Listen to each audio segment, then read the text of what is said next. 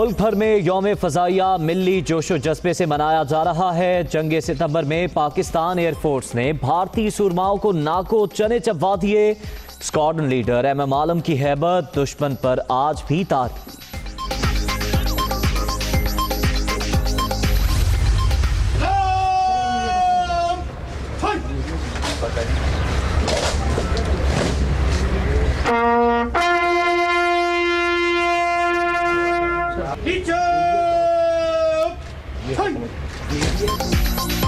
یوم فضائیہ راشد منہاس شہید کے مزار پر پروقار تقریب، پاک فضائیہ کے چاک چوبند دستے کی سلامی۔ Air officer commanding southern air command Abbas Ghumman نے قبر پر پھول چڑھائے۔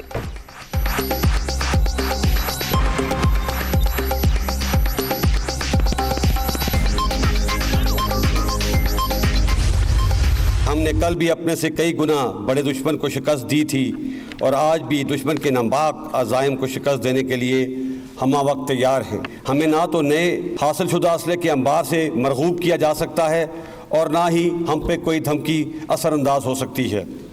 افواج پاکستان پوری قوت سے لیس، چوکنا اور باخبر ہیں اور انشاءاللہ دشمن کی کسی بھی حرکت کا فوری اور پوری قوت سے جواب دینے کے لیے تیار ہیں۔ پاکستان ایک امن پسند ملک ہے، لیکن اگر ہم پہ جنگ تھوپی گئی تو ہم اینٹ کا جواب پتھر سے دیں گے، جس کا مظاہرہ ہم نے بالا کوٹ کے ناکام حملے کے جواب میں دیا۔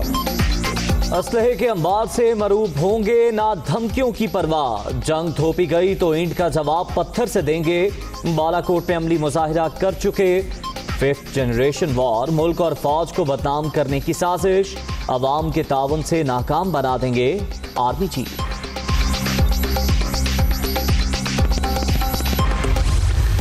ہمارے ہمسایہ ملک ہندوستان نے ہمیشہ کی طرح ایک غیر ذمہ دارانہ رویہ اختیار کر رکھا ہے، خاص طور پہ مقبوضہ کشمیر کی خصوصی حیثیت کو ختم کرنے کے غیر قانونی اقدام کے بعد خطے کے امن کو ایک مرتبہ پھر شدید خطرات سے دوچار کر دیا ہے۔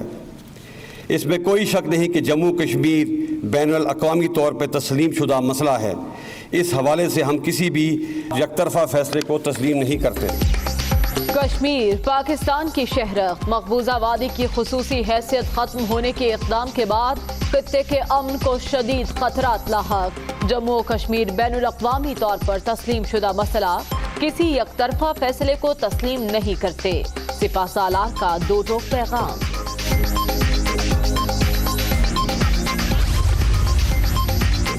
کشمیری نوجوانوں کا پاک فوج سے محبت کا کھل کر اظہار، سری نگر میں پاکستانی پرچم اور پوسٹر لگا دیے، دیواروں پر پاکستان زندہ باد کے نعرے، متعدد افراد کے خلاف مقدمات بھی درج۔ تعلیمی ادارے 15 سپتمبر کو کھلیں گے یا نہیں، فیصلہ آج ہوگا۔ شفقت محمود کی زیر صدارت صوبائی وزرائے تعلیم کا اہم اجلاس طلب، ایس او پیز کو حتمی شکل دی جائے گی، یکساں نصاب کا معاملہ بھی زیر غور آئے گا۔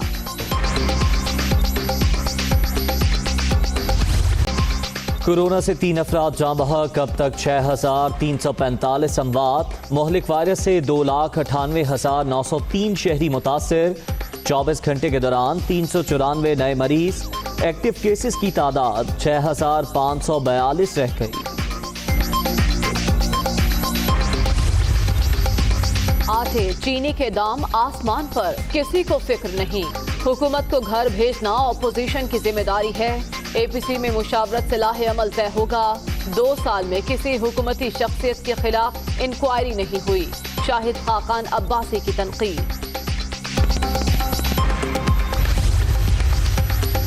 حکومتی اقتصادی پالیسیوں کے باعث معاشی صورتحال بہتر، بیرونی سرمایہ کاری کے لیے سازگار ماحول فراہم کرنا ترجیح ہے، کاروبار چلانے کے لیے تاجر آگے آئیں، معیشت کے استحکام کے لیے مل کر کام کرنا ہوگا۔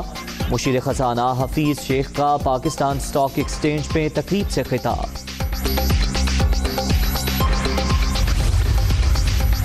عمران خان کی قیادت میں پاکستان ترقی کرے گا، 14 وزارتیں سنبھال چکا، آج تک کوئی الزام نہیں۔